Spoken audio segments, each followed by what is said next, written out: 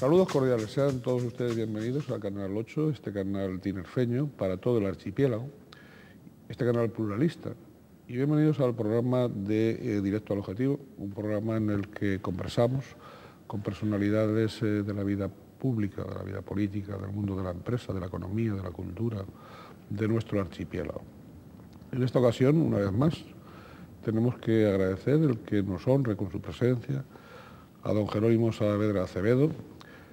Es ministro, es presidente de Canarias, profesor universitario, líder socialista, muchas cosas, muchos títulos.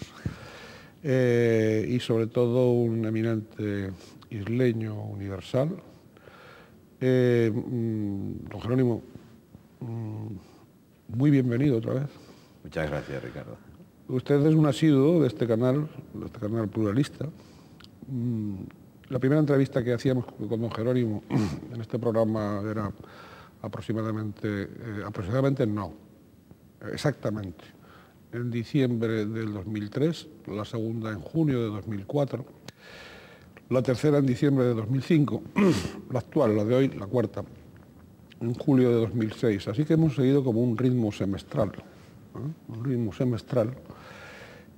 para que nuestro invitado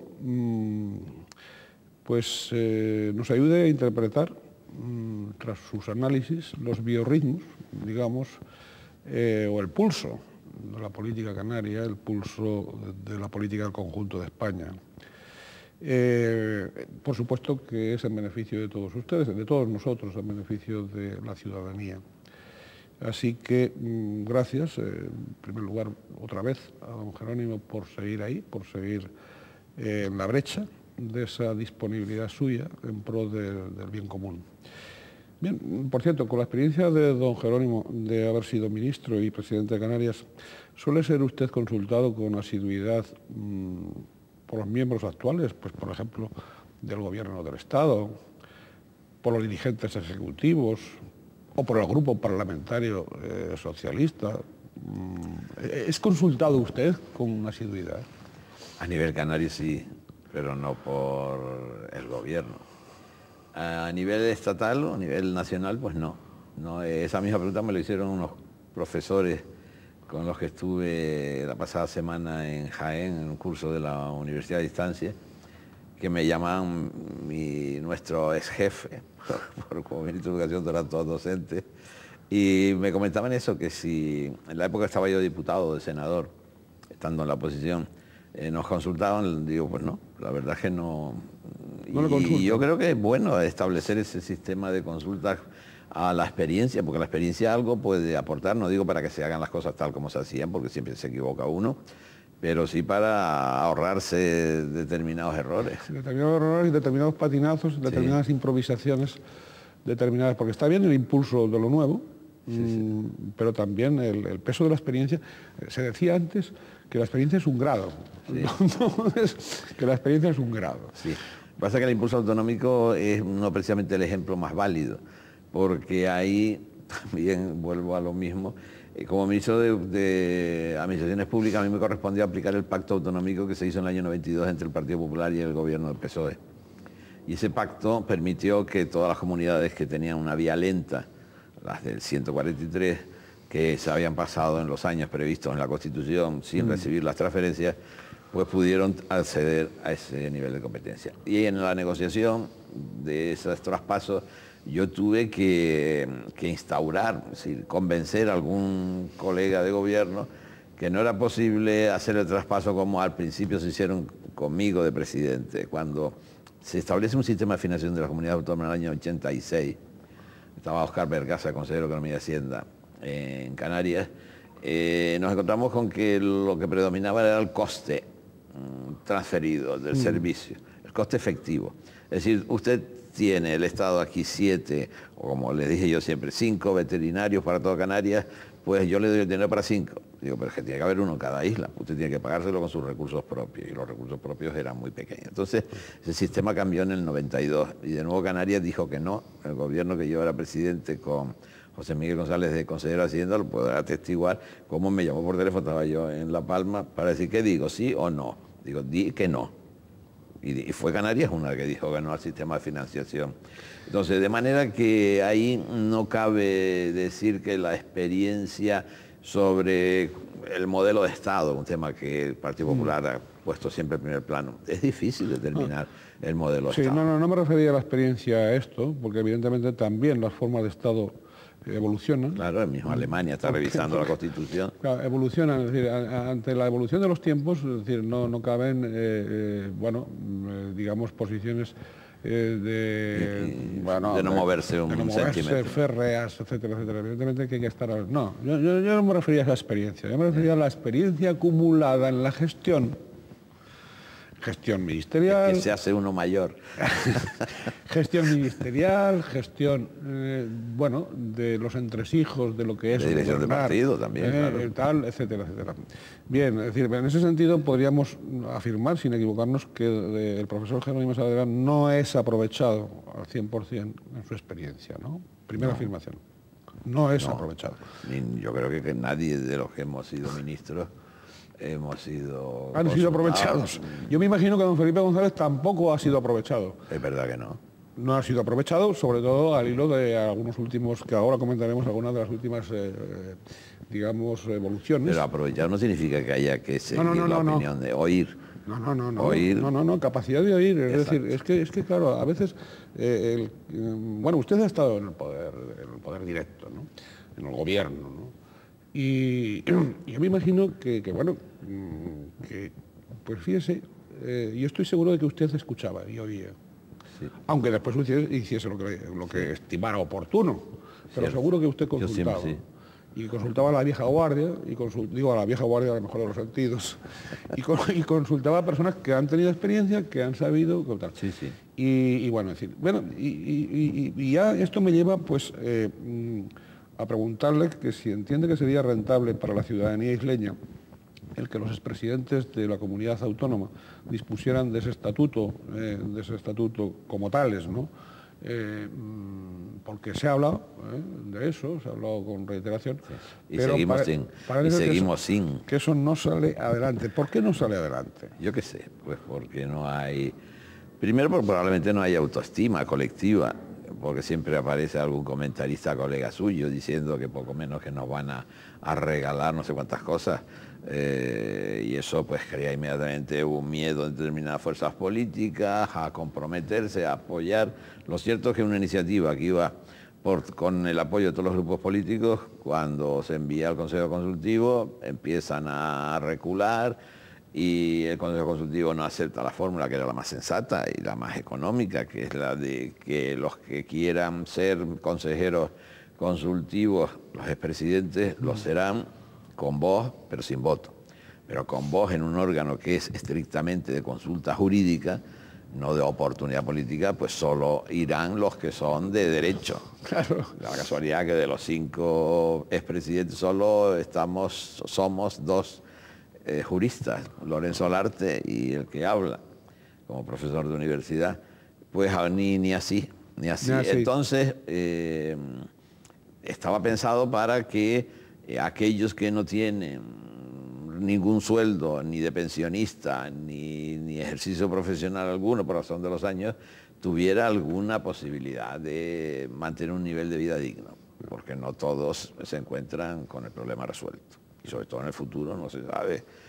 Usted sabe, senadores, diputados, que ahora, precisamente hace unos días, se acaba de acordar por las mesas del Congreso de los Diputados y del Senado un acuerdo por el cual si un diputado o un senador ha estado 7 años como miembro de esas cámaras, que son 2 legislaturas, porque ha habido años que se han agotado los 4 y 4, que pasan a tener derecho a la pensión más alta. Eso significa que la Seguridad Social cubrirá las cuotas correspondientes, las 2 cámaras. Bueno, pues yo ayer me leí un editorial de ABC, ya poco menos que no era muy duro, pero diciendo como que porque son unos privilegiados. Y es que yo he conocido casos, de verdad, que gente que ha cerrado su despacho, ha estado 8 años representando a los ciudadanos y vuelve, se encuentra sin clientes y ¿de qué va a vivir? No tiene derecho al desempleo. Entonces, Ahí se les garantiza durante un cierto tiempo y sobre todo en el momento final, por no haber cotizado para la jubilación, pues la posibilidad de alcanzarse. Bien, volviendo al caso canario, el tema es que ahora está con el informe del Consejo Consultivo, se ha quedado paralizado, ya el Parlamento no se vuelve a reunir hasta octubre y algunos dicen que hay que crear un órgano de asesoramiento y va a la pregunta al presidente. ¿Pero qué vamos a asesorar nosotros al presidente? En la reforma del estatuto sí, pero en lo demás, lo que es acción de gobierno, sería una impertinencia que yo fuera a asesorar si va a ser una ley de servicios sociales, para eso están los grupos políticos, los que están en la oposición y los que están en el gobierno y que negocien. Pero... Eso le quería preguntar, que aparte de funciones, digamos, de cometidos protocolarios, digamos, ¿qué funciones concretas podrían tener ustedes? No, yo las que tengo, yo no tengo que inventarme ninguna otra. Y yo es que no paro de coger el teléfono, yo no tengo secretaria, yo no tengo despacho y todo lo tengo que hacer en mi casa. No voy a estar quedando en la terraza de un hotel. Y a mí me vienen de toda la vida por ahí, desde recomendaciones para exámenes o para conseguir una plaza de residencia en una universidad de Madrid, a personas que se presentan a concursos de AENA para coordinar no sé qué en el aeropuerto. Es una cosa tremenda. Yo tengo pánico estos meses de exámenes, de oposiciones, de plazas para cubrir maestros. Digo, pues si es peor, que les recomiende yo, porque van a... ¿Y por qué no va a ser peor, hombre? No, porque dice, a ver quién es este, por qué viene recomendado. O sea, yo no practico la recomendación, ni me gusta a mí que como profesor, me pidan recomendación. ¿Usted como profesor de Derecho Laboral suspende mucho? Pues no. Nunca he pasado del 30%. Yo estimo que entre el 25 y el 30% de los presentados es un porcentaje justo. ¿Y tienen ustedes tan magnífico rector, como se dice, en la Universidad de Las Palmas de Canarias? Esa es una pregunta un poco impertinente. No, es académica.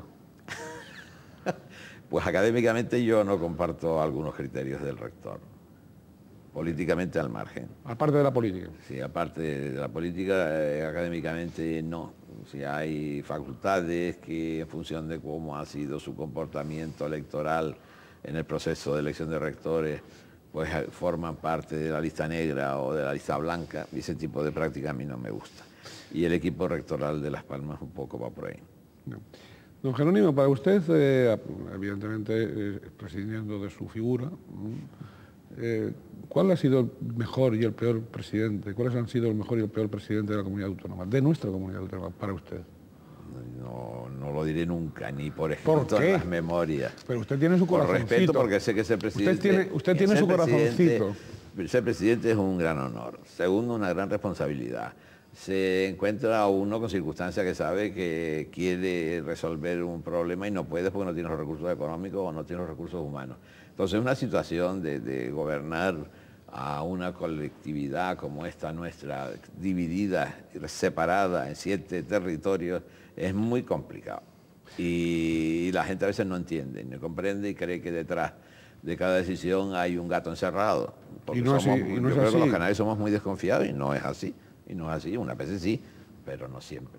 Entonces, cada cual, pues tengo mi escalafón. Pero no lo hago público. No lo va a desvelar. No lo hago público porque... No lo va a desvelar.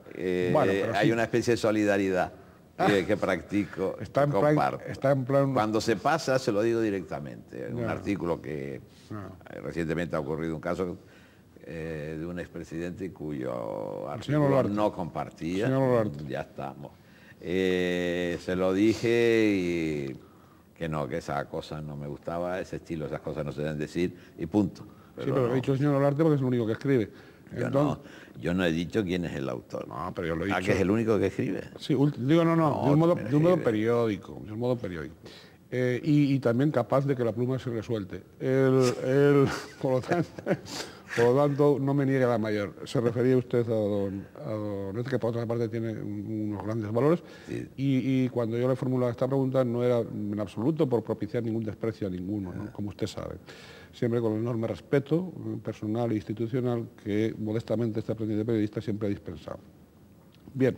Además que ni usted ni yo somos partidarios de la televisión esa de... No, en absoluto. Si esto, Rosa, si esto era al hilo de las experiencias, está dentro de la experiencia, no era por el morbo ese, ni muchísimo menos. Vamos a ver, y nada de morbo, háganos por favor valoraciones sintetizadas ahora, a partir de ahora yo le voy a rogar, si es tan amable, de algunos de los siguientes asuntos, ¿no? Vamos a empezar por la evolución de la reforma del Estatuto de Autonomía, ¿no? Por nuestro Estatuto de Autonomía, que ya parece ser que desde el viernes pasado, viernes último, pues ha habido un humo blanco y bueno, realmente es satisfactoria la fórmula para ustedes que siempre, desde el principio de los tiempos autonómicos, han estado insistiendo en la circunscripción regional. Sí. Mire, en el estatuto hay dos cuestiones grandes, una más autogobierno y otra más democracia. Más autogobierno es todo lo relacionado con mayores competencias para los futuros gobiernos de Canarias. Ahí hay acuerdo entre Coalición Canaria y Partido Socialista. El Partido Popular se ha quedado fuera, pues no se sabe por qué, pues porque está dentro, estando en la oposición, en el Estatuto de Aragón, que gobiernan los socialistas, está dentro en el Estatuto de Baleares, que gobiernan ellos, somos nosotros los que estamos de acuerdo con ellos, pero en el caso de Canarias no se sabe por qué. Pues claro, si hay excesos de posible inconstitucionalidad, también los había en el proyecto catalán y las Cortes se cargaron de aplicar tijeras. Si hay aquí algún exceso, pues las Cortes tal y se aceptan. Que funciona así no es motivo para oponerse al estatuto en las reclamaciones de más autogobierno que van en el proyecto. Y luego está más democracia. La más democracia estaba en el sistema electoral, que es que hay que no primar tanto el territorio, sino también respetar la concentración de población en cada territorio. En definitiva, añadir, no quitar, añadir las circunscripciones insulares, que ya tenemos, una circunscripción nueva que es la circunscripción autonómica o regional. Y eso se ha incorporado en el texto del estatuto, en el artículo 17, cosa que aconsejaba el Consejo Consultivo de Canarias y que nosotros siempre reclamamos. Lo que pasa es que eso requiere una ley de desarrollo. Esa ley electoral de desarrollo, que habrá que hacer ya en la fecha que estamos para la legislatura siguiente, se ha aceptado también rebajar el porcentaje de votos que tiene actualmente el estatuto, que era, en lugar de 40, es decir, 2/3, lo rebajamos a 3/5, es decir, a 36.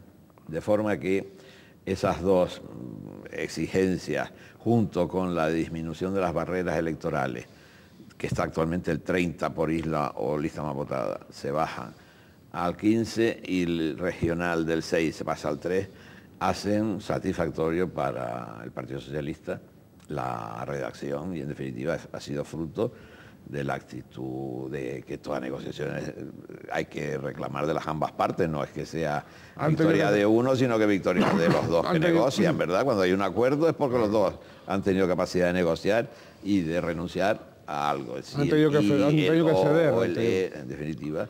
Han tenido que ceder unos y otros. Claro.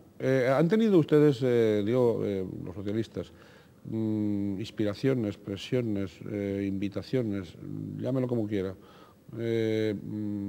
por parte del aparato del partido, por el aparato estatal, para que se adhiriesen a ese consenso con Coalición Canaria? No. En absoluto. Fíjense que en el último Comité Federal, que se celebró el día 24 de junio, intervine yo.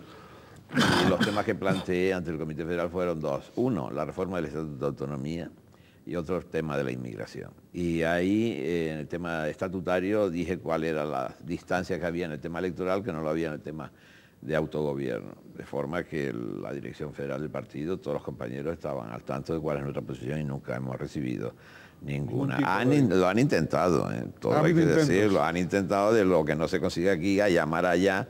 ¿No ha intentado Coalición Canaria? Como dice, pues ¿quién va a ser si no? No, bueno. Pues claro. Pues sí, para que a su vez influyesen en Madrid. Ya lo aceptamos en Canarias, pero luego allá lo quitamos. No. Pero Madrid no... De acuerdo, y si son ustedes nacionalistas, respeten al Parlamento de Canarias. No sean dobles y aquí diga una cosa y allá otra. El Parlamento de Canarias es quien expresa los deseos de los canarios. Que allá se diga esto es un exceso en relación con tal lectura de la Constitución, de acuerdo, ustedes son los que deciden. Para eso representan la soberanía del pueblo español. Don Jerónimo, para una mejor comprensión de toda la audiencia, de todos los televidentes, vamos un poco a retomar lo que usted acaba de explicar. Es decir, que va a haber, de alguna manera, más posibilidades, en la práctica, seguramente, más posibilidades de que haya en el Parlamento de Canarias un número de grupos parlamentarios mayor. Sí. Es decir, no va a estar concentrado, digamos, en tres fuerzas políticas que como actualmente, sino que va a haber un abanico mayor de representatividad. Muy lógico, por otra parte, porque había fuerzas políticas que por un punto, por 2 puntos o tal, sobre un baremo muy alto, pues no han estado en esta legislatura pasada. Por lo tanto es razonable eso. Y esos topes, digamos, vamos a decir, eso sí que van a ser operativos para las próximas elecciones. Efectivamente, si el estatuto se aprueba en las Cortes y se publica en el BOE antes del 1 de abril, que es con tal que sea 2 días antes de los 55 que establece la ley orgánica electoral para la convocatoria de las elecciones, que serán el 27 de mayo, por eso digo 55 días, cuenten hacia atrás desde el 27 de mayo. Si está publicado en el BOE, esas barreras se aplican por las juntas electorales sin ningún problema, porque es una ley vigente. No así. Y es una norma más favorable. Claro, no así para las próximas elecciones, no así la lista regional. No puede haberla hasta que la ley del próximo Parlamento, nacido de las elecciones del 2007, determinará esa ley. Lo cual quiere decir que... Y ahí el posicionamiento claro ante los electores en esas elecciones también un dato decisivo para que el ciudadano vote. Si quiere ley electoral, si no quiere ley electoral, porque claro, si los que no les gusta la circunscripción regional, pues a regañadientes la han aceptado, salen fuertes, pues las posibilidades de los 36 votos serán más difíciles. Serán más difíciles. Es un tema electoral, claro. Sí, en todo caso, su viabilidad ya tendría que operar a partir del 2011. Exacto. Para entendernos. Para añadir esa nueva circunscripción en las elecciones. Oiga, don Jerónimo, ¿por qué hay muchas personas que se preguntan por ahí, por qué, pues, por ejemplo, hay comunidades autónomas que votan su propio estatuto, lo refrendan o no? ¿Por referéndum? Sí. Eso porque lo dice la Constitución. Y en cambio, el nuestro no. No, porque nosotros somos de los que empezamos por el 143. Ya. La Constitución, la vía rápida de la 151 era solo las históricas, las que tenían lengua propia o habían tenido proyecto de estatuto ratificado en la Segunda República, más los que en un referéndum previo, como ocurre con Andalucía, que un 28 de febrero famoso, decidieron ir a la vía rápida. Y eso requería 2 referéndums, ese previo y luego el ratificar el proyecto de estatuto como lo han hecho los catalanes recientemente, y tendrán que hacerlo de nuevo los andaluces cuando aprueben su estatuto. En Canarias eso no va a ser posible, no... ¿Y qué más da? Que tengamos referéndum o no tengamos referéndum, ¿para qué tenemos el Parlamento aquí? Si se ha tardado tanto en conseguir un buen resultado, me parece que expresamos la opinión de la gran mayoría de los ciudadanos canarios, que quieren más autogobierno y quieren más democracia. La voluntad de la mayoría, evidentemente. Usted, al hilo de lo que percibe... Yo que no soy muy pro referéndum, ya en ningún caso. Ya lo veo, ya lo veo. Grandes temas como Constitución o... Ya lo veo. Ya lo veo. ¿Pero por qué? ¿Por desconfianza, por desconfianza del electorado? No, ¿qué resultados, qué factores llevaron a los franceses a decir no al proyecto de Constitución? Ahí se mezclaron, como dicen los peninsulares, churras con merinas, ¿no? Sí, bueno, fue el caso... Nueces con alcachofa. Con la Constitución en Holanda europea, lo mismo. Por supuesto. Entonces, pues son temas que... Ahí les hicieron pagar la política interior, claro, digamos, a un proyecto comunitario, ¿no? Supranacional. Bueno, es decir, evidentemente fue una distorsión, pero bueno, eso es así. A veces...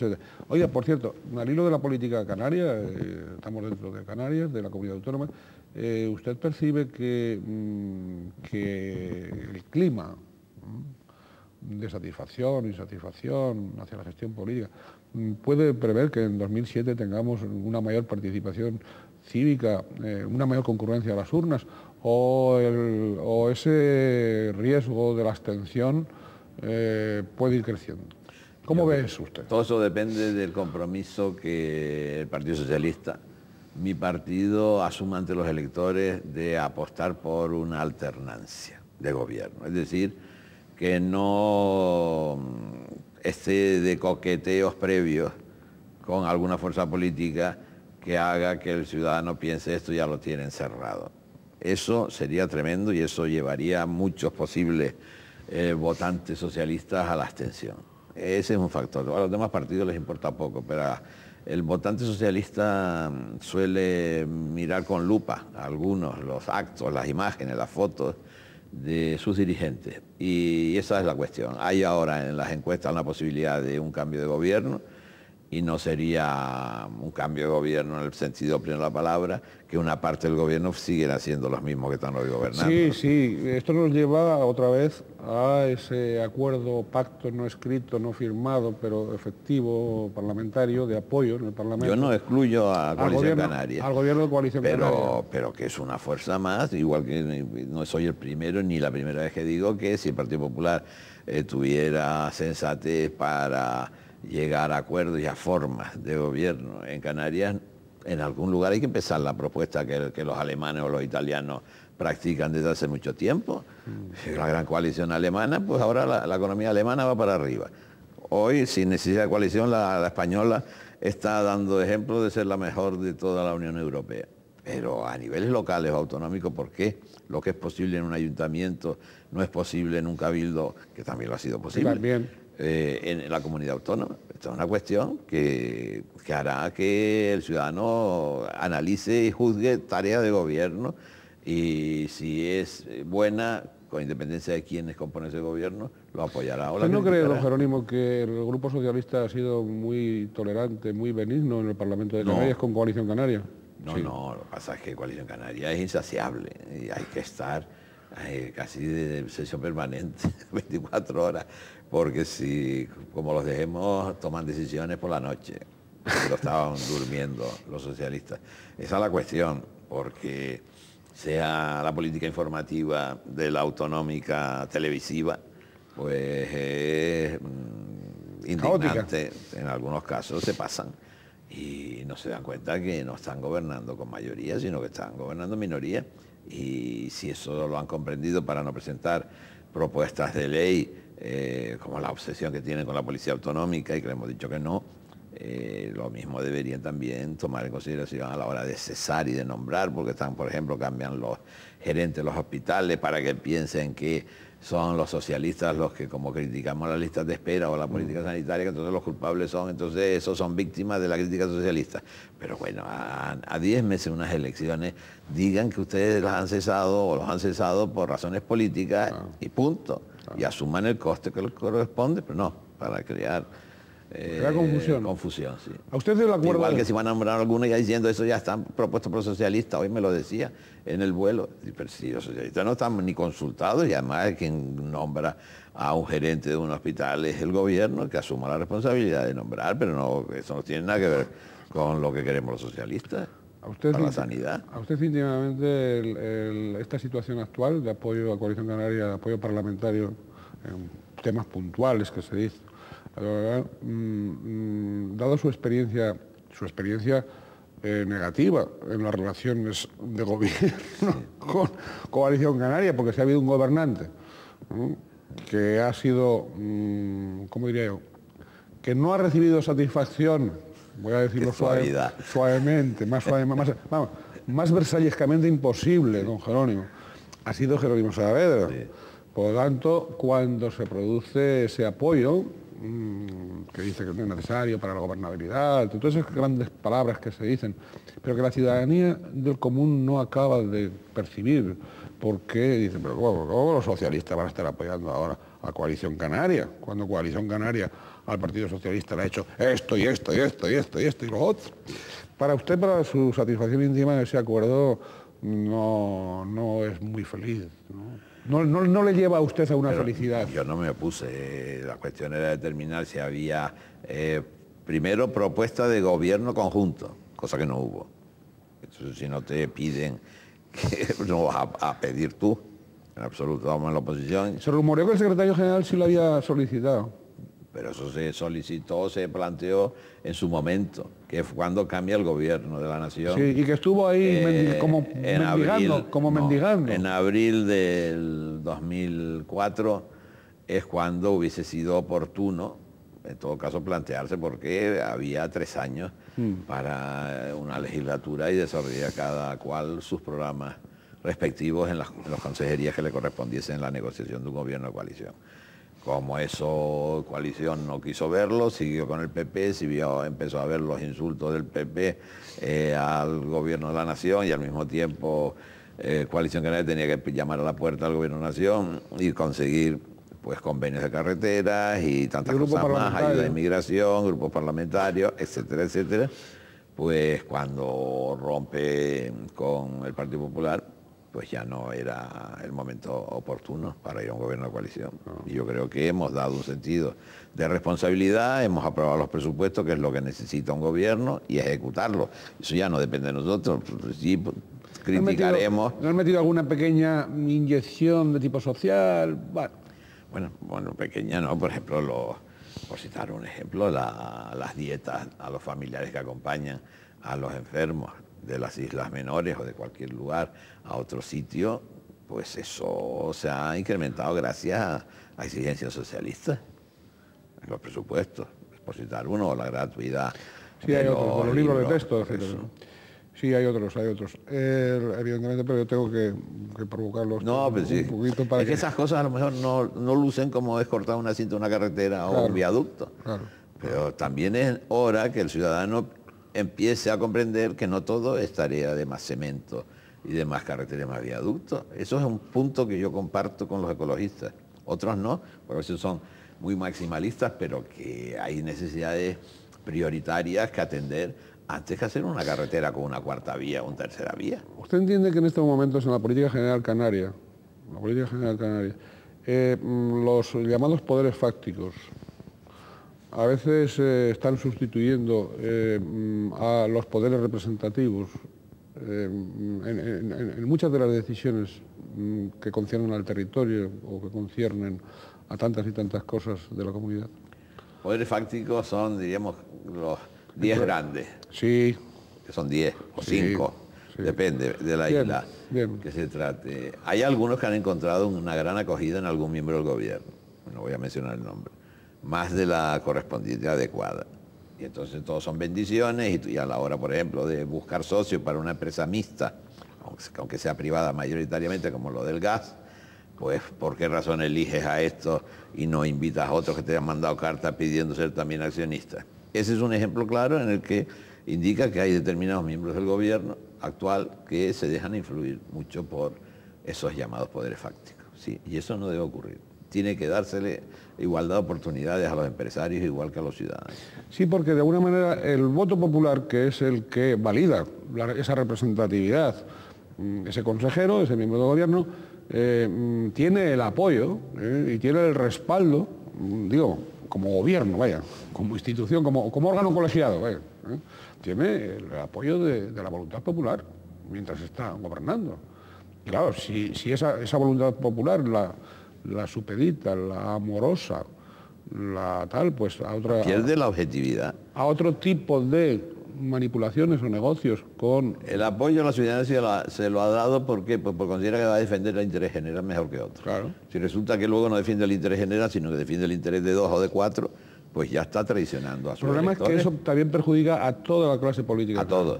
Perjudica, empezando a los empresarios, perjudica a toda la clase política porque se cree que todo funciona con arreglos de criterio. Usted los gabinetes que ha presidido y estando como ministro, ¿ha tenido ocasiones en que esos poderes se han acercado a usted para cantarle alguna habanera? Siempre se acercan a cantar habaneras. ¿Siempre? Si va a cantar habanera o a invitarte a comer en un determinado restaurante con 3 estrellas en la guía Michelin, claro. Bien. La cuestión no es ser un arisco, sino ser persona educada e independiente y autónoma y saber defender dónde están los límites de un político o de un ciudadano, porque no es un tema que el político se encuentre con límites distintos a los que tiene un ciudadano, que el tener ética o no tener ética. ¿De usted ciertamente nunca se ha dicho de que se enriqueciera con la política? Nunca se ha dicho, ni yo que lo busque. ¿Usted se ha enriquecido realmente? ¿Tiene el dinero en Suiza o algo? No lo tengo ni aquí. Porque si no, mi cuenta corriente algunos no llega al finales de mes siempre. Bien. Con números negros. Vamos, como ustedes ven, estamos mezclando asuntos muy serios con asuntos serios, pero en clave de mayor humor, ¿no? Porque es bueno no ser tampoco tan trascendentalistas, tal, hay que mezclar las cosas serias. Lo que sí estoy tranquilo porque no tengo ninguna hipoteca. Bien, ni tiene ni debe, que decía el mago, ni tengo ni debo. Bien, aprobación del Estatut catalán y anunciada retirada del señor Maragall. Opinión suya. Yo creo que ha sido oportuno su decisión de retirarse. Perdón que le interrumpa, hubo un momento en que da la impresión de que estaba medio loco. Digo, políticamente. Políticamente para mí ha sido una sorpresa, porque yo lo valoro enormemente como alcalde de Barcelona y como político en las intervenciones del Comité Federal, siempre era muy brillante y ha sido brillante. Y espero, yo no sé si la circunstancia de formar ese gobierno tripartito, que debía ser la obsesión de los socialistas catalanes, de que hay democracia para llegar al poder, porque siempre había estado en manos de los nacionalistas, Convergencia y Unión, le ha hecho perder un poco el sentido de la globalidad, el sentido de Cataluña dentro de España, e ir a forzar las relaciones, y que ha sido gracias al presidente Zapatero como se ha podido superar, y también al realismo de Convergencia y Unión, claro, porque si no hay un acuerdo tampoco habría habido estatuto, y si no habría habido estatuto no era bueno ni para los catalanes ni para el resto de los españoles. Está claro. Conversaciones del Partido Socialista de Euskadi con Batasuna. Muy bien, sin ninguna duda. Y me parece que la obsesión leguleya que les ha surgido a algunos nos llevaría a una posición de parálisis y de que aquí nunca se resolverá el tema del terrorismo.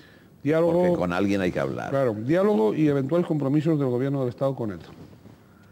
Diálogo, hay que dialogar, ya se dialogó el gobierno de Suárez, el gobierno de Felipe González, las conversaciones de Argel y las conversaciones de Aznar. Pero nunca han dado resultado. Fracasaron, la tregua que concedió ETA al señor Aznar, pues no debieron mover muchas piezas, eso que ahora se llama precio político, pues algo hay que mover. Yo no sé si eso, uno dirá que son precios políticos, pero si hay que dar algo a cambio de la paz definitiva y la seguridad para todos los ciudadanos españoles, pues, y la consulta es que la mayoría de los españoles quieren llegar a una paz definitiva. En consecuencia ya se verá qué es lo que se ofrece, qué es lo que piden y qué es lo que podemos dar. Pero que si no, porque de repente va a entrar la encarnación, el Espíritu Santo por la ventanilla donde se han reunido para decir ya, se desarma y se hace todo. El Espíritu Santo respeta la libertad de la gente. Por eso. Entonces, y además respeta el trabajo de las personas y el que se muevan, y también respeta la inteligencia. A veces, a lo mejor el Espíritu Santo también se aburre de la torpeza, pero digo de la torpeza de las personas y por supuesto de la vagancia. Sí. Y también se debe aburrir de los fomentadores de xenofobias y de cosas raras. Bien, pero bueno, vamos otra vez a volver a lo nuestro. Flujos migratorios. El flujo migratorios, el tema... Flujos migratorios es un tema la última visita del presidente muy complejo. Zapatero. Hemos conseguido, al fin y al cabo, los canarios, podemos presumir que hemos forzado la creación de una política nacional para África. Porque sin política para África, que España, yo creo que desde el Marqués del Muni, don Fernando León y Castillo, no habíamos vuelto a pensar en África. Ahí nos marchamos, y además siempre en términos guerreros. De las colonias del Sáhara y de Marruecos, pero luego no ha habido una política. Por fin hay una política. Empezando por crear las embajadas, porque no es posible negociar con los estados donde no tenemos una representación permanente, como diciendo, ni siquiera nos merece usted el esfuerzo de tener que mandar a unos funcionarios a vivir en unas condiciones del entorno no placenteras, porque no van a tener para jugar al golf, ni van a tener sitios, porque ahí las condiciones de vida son lamentables. Ni siquiera pueden decir que hay unos cuantos que se aprovechan. Bueno, puede que los haya, pero el problema es de una dimensión tan trágica, las cifras son tremendas en sanidad, en educación. Es decir, es que no tienen ni estructuras de Estado. Entonces, si no tienen estructura de Estado, ¿Con quién pactas cupos? ¿Cómo regulas los cupos de inmigrantes que necesita la economía española, pero que quieres que no vengan en cayucos, ni que vengan en pateras, ni que entren irregularmente por los aeropuertos? Pues hay que negociar con otros estados que tengan una administración, como en los años 60 negociaba el Instituto de Empleo de España con el Instituto Alemán o sueco, y decía, ahí van tantos, o quieren ir tantos, necesitamos cuántos. O sea que se empieza a desarrollar una política para África, que es de representación diplomática, que es de presencia nuestra ahí, para obtener información, para comprender la situación de esta gente. Y segunda cuestión, lograr que Europa se sensibilice y que comprenda que ese no es un problema de los españoles o de los italianos o de los griegos. Es un problema de la Unión. Y tercero, pues, por ejemplo, si no hay Constitución Europea, no hay competencias de la Comisión Europea. Están con dificultades, incluso para decir la Comisión, vamos a crear un programa de desarrollo en relación con las migraciones. No hay un texto jurídico al que... pero ante la presión que ha hecho España, movido sobre todo por el problema que plantea en Canarias, la llegada masiva de inmigrantes, pues todo esto ha dado esos frutos que requerirán tiempo y tranquilidad. Lo que no podemos es lanzar el mensaje del miedo y de la inseguridad, porque se está manipulando al ciudadano. El inmigrante hace falta para la seguridad social española, hace falta para cuando se apruebe la ley de la dependencia y se crean 400.000 puestos de trabajo para atender a nuestros mayores y los problemas de discapacitación, etcétera.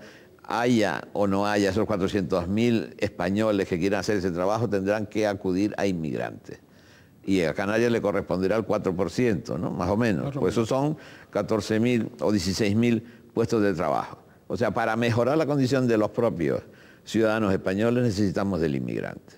Para mantener la actividad económica, para mantener la política de pensiones es necesario cubrir la necesidad de población que no da la natalidad de nuestro país. Entonces, que solo sepa el ciudadano y que sepa que la delincuencia no aumenta o disminuye, haya más o menos inmigrantes, porque eso también dependerá del índice de delincuencia, y tenemos los informes anuales del Ministerio Fiscal, que la policía que se ha incrementado, etcétera. O sea que es algo con el que la ciudadanía española, y en particular la canaria, tiene que vivir en los próximos 20 o 30 años, sin aspavientos. Bien, don Jerónimo, con respecto a ETA, ¿usted cree que esta vez sí que puede haber condiciones para llegar a esa paz tan ansiada? Es decir, porque otras veces ha habido conversaciones y ha habido diálogo y ha habido tal... Yo podría poner ahora 5 temas, pero como no quiero especular para levantar roncha, porque está muy movido y muy politizado por el Partido Popular, a mí me parece admirable que ni el gobierno ni los socialistas vascos digan de qué han hablado. Porque eso hay que... Cuando haya peticiones concretas, la posición del gobierno está sí o no. Fuerzas políticas en el Parlamento, sí o no. Antes, dejemos las cosas que transcurran. Bueno, peticiones ya parece que ha habido en cuanto a autodeterminación. Pero todas en la especulación. Bueno, la autodeterminación, porque vaya, eso no es ninguna novedad, porque lo está pidiendo hasta Ibarreche. Y no es ni Eva Tasunero, ni... Bueno, poco le falta. No. Digo, del sentido independentista. El presidente de los vascos. Sí, pero es independentista. También. Pero no es el único. No, por supuesto. Son un porcentaje... La Constitución siempre se dijo que permite el ser independiente, o ser republicano, ¿no? Sí, independentista o republicano. Cuando usted tenga mayoría, pues ya veremos. Muy bien. Bien, volviendo a las instituciones, la categoría, le preguntaría por la categoría media de nuestros parlamentos, ¿no? Del Parlamento del Estado, del Parlamento de Canarias, la categoría media de sus señorías, con respecto a otras épocas, incluso anteriores de nuestra propia democracia joven, ¿no? Yo en los últimos años en el Senado, que estuve hasta el 2003, yo observaba y coincidía con algunos compañeros de uno y otro partido que se notaba los parlamentarios que venían del pasado, es decir, que tenían experiencia, que por razón de edad pues vivieron la transición, participaron en legislaturas anteriores, donde yo encontraba un bache de romper las formas, de usar un lenguaje inadecuado en un parlamentario de la tribuna. Era en un tramo generacional que estaba entre los 30 y los 40 años. Ahí me encuentro localizado el problema y en consecuencia yo sugeriría a los partidos políticos que, porque no es exclusivo de un partido. Exacto, que eduquen, que las ideas, si van acompañadas de buenas formas, llegan mejor, conquistan más, convencen más, que si van acompañados del insulto, de la crispación, del pataleo, del abucheo, de estos números que le montan al presidente del Congreso de los Diputados continuamente, ese aplaudir cuando habla uno nuestro y abuchear cuando habla otro del otro lado. Eso me parece lamentable, más lamentable, porque además eso no enriquece la vida política, sino la degrada. La degrada. Bien, pues nada, formación para nuestros representantes, formación para sus señorías, más formación. Que falta que hacen. Bien, usted fue ministro de Educación, fue ministro de Administraciones Públicas y me consta que durante su ministerio de Administraciones Públicas intentó algo que siempre es como el Guadiana, que aparece y desaparece, que es la organización de una vez racional de las administraciones públicas, de las competencias de las administraciones públicas, o sea, Estado,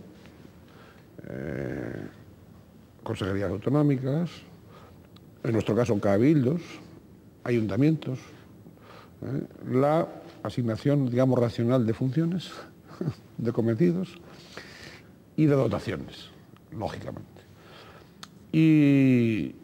Y bueno, pero ¿por qué? Evidentemente tampoco usted tuvo años como para conseguir eso. Pero ¿por qué ha seguido sin conseguir? ¿Por qué todavía en este estado de las autonomías, con todas las evoluciones que evidentemente se han producido, en cambio, esa que a mí me parece, modestamente, me parece que es esencial, no se le ha metido mano, o sea, no se ha resuelto? ¿Por qué? Pues intentamos a través de cosas muy concretas, por ejemplo, la administración única, la ventanilla única. Dado que la administración única fue algo que lanzó en su momento Manuel Fraga como presidente de Galicia y se provocó y yo fui de los pocos, junto con, me parece, Pascual Maragall, que dijimos que tenía razón y que había que ir a eso, a una administración única. La ventanilla única con dificultades funciona, porque yo dije, los cabildos son los representantes del gobierno canario en cada isla. El ciudadano tiene que presentar las solicitudes, las instancias en su cabildo. Y yo quisiera saber cuántos canarios no residentes en las dos islas que comparten la capitalidad presentan sus instancias en su cabildo, donde residen. Quisiera ver qué porcentaje, porque sería decepcionante. Es decir, se sigue viajando a hacer gestiones o a presentar una instancia, a buscar una plaza en la universidad o donde sea, ¿no? Yo no sé si eso es que no lo valora como importante los políticos o la ciudadanía. Esa es mi duda. No, pero a la ciudadanía no se le informa, o al menos no hay cauces lo suficientemente divulgados como para facilitar a la ciudadanía. A la ciudadanía en general se le sigue sometiendo, bueno, claro, que después la ciudadanía pues tiene que recurrir a los gestores administrativos y a una serie de profesionales que le faciliten todas esas cosas. En la época que hablamos no había internet. Ahora estamos en la sociedad de la información y debe facilitarse al ciudadano que desde su casa vamos a contar con una fotocopia, sirva exactamente igual que ir. Bueno, el otro día iba yo en un control de alcoholemia, que también me lo someten, como me parece muy bien, como está. Me saco el carnet de conducir y yo lo tenía en un maletín, que no llevaba el coche, pero llevaba una fotocopia. Entonces me dice, voy a decir, debe ir usted a jefatura de tráfico para que se lo compulse. ¿Comprende? Son resabios de ese centralismo absurdo, pero bueno, si es una fotocopia, está la cara, el nombre, la firma, ¿qué más quiere? Y el DNI también a mano. Pero si habíamos ya, pues no habían desaparecido las pólizas. las distancias, porque no desaparecen las compulsas. ¿Verdad? Es un ejemplo concreto. Sí. Que no tiene... Bien. Que se sigue con ciertas rutinas. Pero también después por parte de algunos gobernantes y por parte de algunos políticos está en el fondo de todo este caos a veces administrativo o de confusión administrativa. Está también el ansia de poder personal, aunque sea en lo pequeño, la ruindad pequeña de tener controlado lo que sea. Sí, pero como luego hay unos márgenes establecidos por la ley, regulados por la ley, que a veces el que quiere lo pequeño no lo respeta, se organizan unos tinglados tremendos, porque las sentencias que están dictando los tribunales, los contenciosos administrativos en materia, por ejemplo, de personal, los famosos planes de empleo, se conmueven todos, pero si eso estaba cantado, si usted conoce el derecho administrativo, usted conoce el derecho al trabajo, sabe lo que puede hacer y lo que no puede hacer, que no le gusta, pues haga una reforma a la Constitución o diga claramente que el Tribunal Constitucional diga dónde puede ser laboral y dónde puede ser funcionario. Pero no, eso, como lleva 5 años, aquí vamos a hacerlo ahora por vía indirecta, fijo, pero como si fuese funcionario. Con lo cual, en base a decisiones que son antijurídicas o nulas de pleno derecho, convoca un concurso y asigna plazas, que luego viene el tribunal y dice, no, aquello que usted hizo es nulo, en consecuencia el concurso no sirve. Mal hecho, está falso. Y ¿no? Todo el mundo está en vilo, no sabe cuál es su plaza. Caso de formación profesional del 2004. Todo eso estoy hablando del tema de la política de empleo público del gobierno de Canarias, de los gobiernos de Canarias. De los gobiernos de Canarias. Corrupción, es decir, yo no quería... La corrupción para mí es la que llega a los tribunales, todo lo demás, a lo mejor es verdad, pero si no hay pruebas... De momento, Telde, ahora también... concurso eólico. Concurso eólico, ahora también en turismo. En Fuerteventura hay algún político que tiene algunos sumarios pendientes o procesos, el Ayuntamiento de Santa Brígida también, no sé si hay alguno más. ¿Y la Consejería de Turismo? Bien, algún funcionario que otro y algún funcionario que otro. Ah, sí, esto ha sido ayer. Sí, ayer. Bien, usted con la visión de conjunto... Los fíjense, son funcionarios, estos no son políticos. Ya. Pero curiosamente, determinadas versiones ya inciden más hasta los titulares en la versión política que en la versión de la condición del funcionario. Si se habla de una consejería en general, consejería de turismo, pues, evidentemente lo primero que el ciudadano es pues aquí o ha sido la doña Pilar Parejo o ha sido el consejero, el señor... Claro, es decir, digo, como primer impacto, ¿no? Es decir, no los funcionarios, ¿no? Como no lo conozco, no tiene importancia periodística o no tiene importancia política. Sí. Necesitamos una ley de partidos políticos, don Jerónimo. ¿De partidos? Ley de partidos políticos, de financiación de partidos políticos. De financiación, sí, pero lo que sea transparencia. ¿Y con qué criterios básicos? ¿No? Pero el problema es que los partidos necesitan dinero, más allá del que les da el Estado, en los presupuestos. Pues ¿por qué? Pues porque hoy hay que estudiar y si los políticos no tienen tiempo para prepararse los temas, tendrán que tener gabinetes de estudio y personas cualificadas, graduados universitarios, que le hagan un informe, que le hagan una síntesis de una serie de proyectos de ley que haya en otras comunidades, etcétera, ¿no? Entonces esos son recursos económicos indispensables y o los recibe del Estado o los tiene que recibir de donativos, porque de las cuotas no funciona, no se cubre, no es posible cubrirlo ni aquí ni en ningún país. En consecuencia, el tema está en sí, los donativos tienen que ser públicos, es decir, no digo que se publiquen, pero que haya un registro donde conste de dónde viene ese dinero. O otros que las posiciones generalmente conservadoras que indican que de esa manera no dona una empresa o un particular dinero a un partido, porque aparecerá como simpatizante ese partido y gobiernos de otro partido lo discriminarán, etcétera, ¿no? Y así, algunos ponen huevos y así llevamos 15 años, estos. Y así llevamos 15 años discutiendo un proyecto de financiación de partidos. Claro. Yo creo que es un tema de difícil solución. Si además parece ser que los que tienen dinero y los que aportan dinero a los partidos, al menos en Canarias, por lo que se oye, da la impresión de que ponen huevos en todos los cestos. En todos. Hombre, Ojalá. unos ponen más huevos que en otros, ¿no? Ojalá. Perdón, Te lo digo como en unos ponen más huevos que en otros, pero bueno, por sí o por no, pues ponen en todos los cestos, ¿no? Yo creo que eso es la excepción. ¿Ah, sí? Sí, son muy pocos. Pocos los que ponen en todos los cestos. En las campañas electorales son pocos los También que ponen. ahí el empresariado de algún modo se alinea como un partido con otro, claro. Hay gente, claro, pues si tienen derecho esos empresarios No, a tener sus su ideas. legítimo derecho, no, por y supuesto. sus simpatías con un determinado candidato, eso sí. Sí, yo lo único que estoy haciendo es una constatación periodística, ¿no? O sea, Pero eso de ponerlos en los distintos cestos es muy excepcional. sí, bueno, serán empresarios con visión universal. Con visión universal de que salga el que salga, pues siempre sale ganando. Don Jerónimo, se nos ha ido el tiempo otra vez, lamentablemente, y ¿usted quería agregar algo a alguna de las reflexiones que ha hecho? No, pasado estas vacaciones empieza la vorágine de candidatos, de pre-campaña y como... quiero preguntarle, yo sé que usted está predispuesto... No, eso vendrá pasar las vacaciones. No he querido preguntarle porque probablemente alguno de los televidentes habrá estado esperando. A ver cuando le preguntas si quiere ser candidato.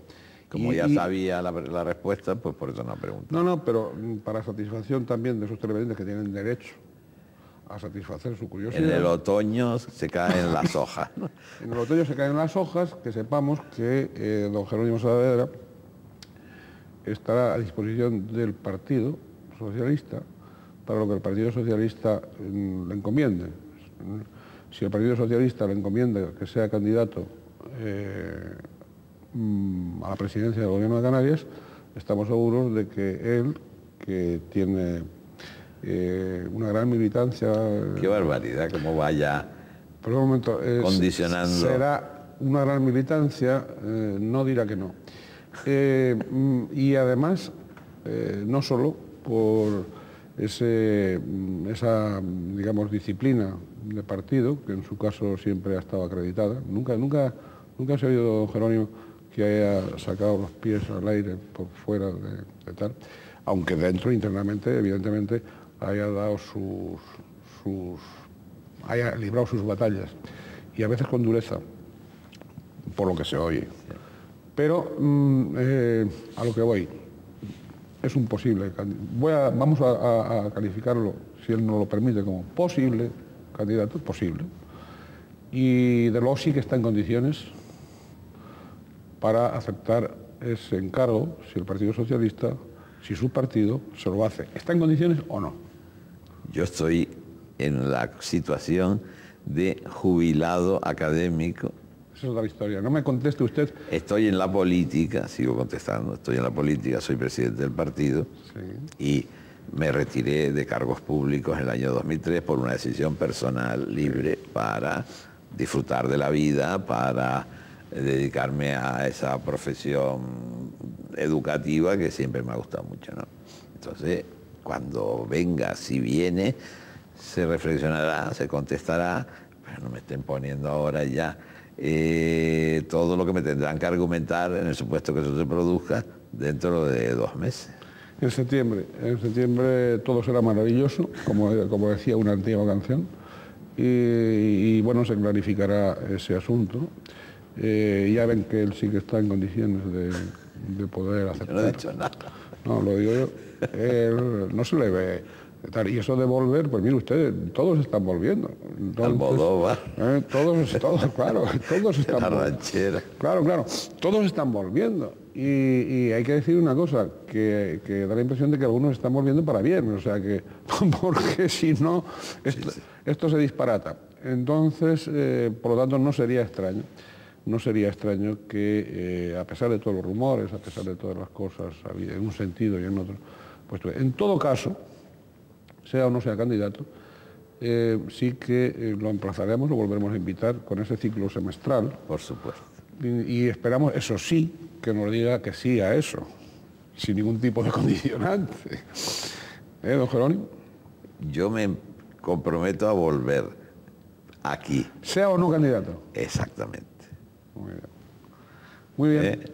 Preciso. Pues con ese compromiso que sabemos que cumplirá, nos despedimos de él, le agradecemos, profesor Saavedra, el que ha estado con nosotros, el que ha estado con todos nosotros, y también les agradezco a ustedes la atención a este programa, la atención a este canal. Siempre les recomiendo, o me despido, deseándoles lo mejor, es decir, que intenten ser felices en la medida de lo posible, siempre en la medida de lo posible, y siempre vinculen esa felicidad a las solidaridades múltiples que les debemos a los demás seres humanos, estén cerca o estén lejos. Muchas gracias.